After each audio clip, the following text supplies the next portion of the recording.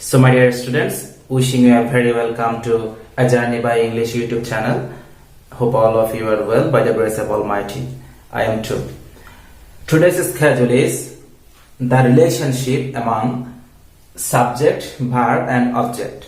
I mean subject verb agreement. আমাদের আজকের যে আলোচনার বিষয় এটা হচ্ছে সাবজেক্ট এবং ভার্ব অর্থাৎ কর্তা এবং ক্রিয়া এবং বিধেয় অংশ যেটা থাকে অবজেক্ট। আমরা মূলত আজকে এটা নিয়েই কথা বলবো। আমি প্রথমে সংজ্ঞা দিয়ে বোঝাচ্ছি না, আমি তোমাদের সুবিধার্থে ডিরেক্ট আমি উদাহরণে চলে যাচ্ছি। দেখো, আমি এখানে 3টা বাক্য লিখেছি। আমি প্রথম বাক্য নিয়ে একটু কথা বলবো। আমি প্রথমে লিখলাম রহিমা ভাত রান্না করে। রহিমা ভাত রান্না করে, এটাকে আমরা যখন ট্রান্সলেট করব তখন হয় Rahima cooks rice. Rahima cooks rice. আচ্ছা,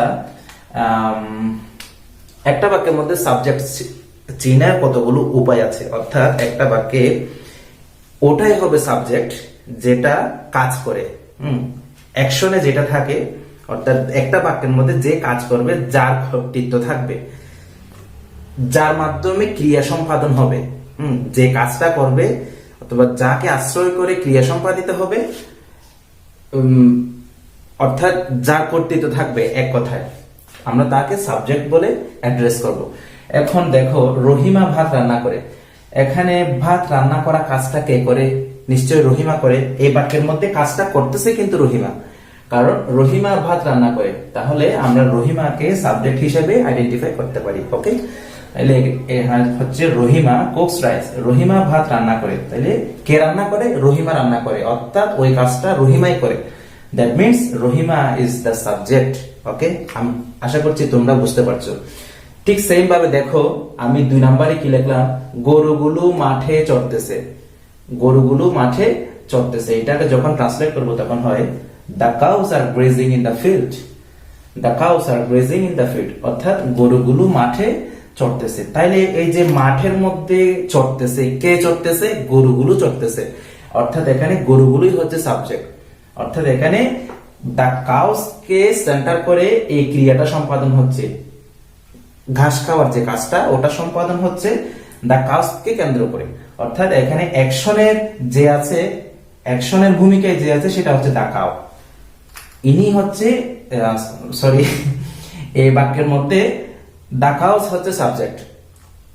তারপরে নাম্বার 3 দেখো, চট্টগ্রাম বাংলাদেশের বাণিজ্যিক রাজধানী। হ্যাঁ, Chittagong is the commercial capital of Bangladesh. ঠিক সেম ভাবে এখানে চট্টগ্রাম হচ্ছে সাবজেক্ট, অর্থাৎ বাংলাদেশের বাণিজ্যিক রাজধানী। বাণিজ্যিক রাজধানী কি অথবা কোনটা? এক কথায় আসবে চট্টগ্রাম, অর্থাৎ এখানে চট্টগ্রামই হচ্ছে বাংলাদেশের বাণিজ্যিক রাজধানী, এক কথায় শেষ। তাইলে চট্টগ্রাম হচ্ছে সাবজেক্ট। ওকে, আশা করছি তোমরা বুঝতে পারছো। এরপর আচ্ছা, এখন সাবজেক্টের ব্যাপারটা গেল, আমরা এখন কথা বলবো ভার্ব নিয়ে। এখন বলতে পারি একটা বাক্য থেকে সাবজেক্ট, প্রথমে সাবজেক্ট থাকবে। অনেক সময় সাবজেক্ট শুরুতে থাকতে পারে, মাঝখানে থাকতে পারে, অনেক সময় শেষেও দেখা যায়। That doesn't matter. ওকে, আমরা ভার্ব কাকে বলবো?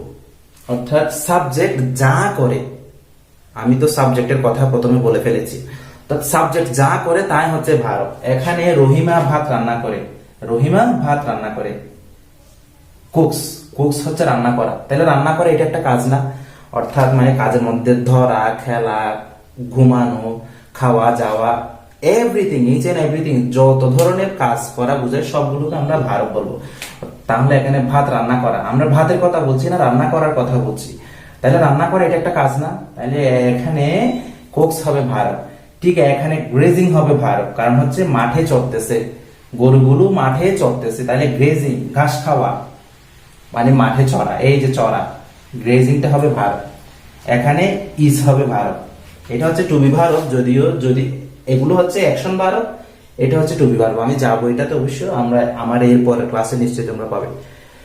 তাহলে এখন গেল, এগুলো হচ্ছে ভার্ব, অর্থাৎ একটা বাক্যের মধ্যে সাবজেক্ট যা করে, সাবজেক্ট যা করে তাই হচ্ছে ভার্ব। এবার আসো অবজেক্ট। একটা বাক্য থেকে সাবজেক্টও বাদ দিলাম, ভার্বও বাদ দিলাম, আর কি বাকি আছে? এইটাই, ওটাই অবজেক্ট। একটা বাক্য থেকে এই যে দ্য কাউস, সাবজেক্টও বাদ দিলাম, এই যে ভার্ব বাদ দিলাম, আর গ্রেজিং পুরোটাই গেল, তাহলে ইন দ্য ফিল্ড এটাই হচ্ছে অবজেক্ট। একদম clear. Chattogram is the commercial capital of Bangladesh, সাবজেক্টও গেল, ভার্বও গেল। The commercial capital of Bangladesh পুরোটাই হচ্ছে অবজেক্ট।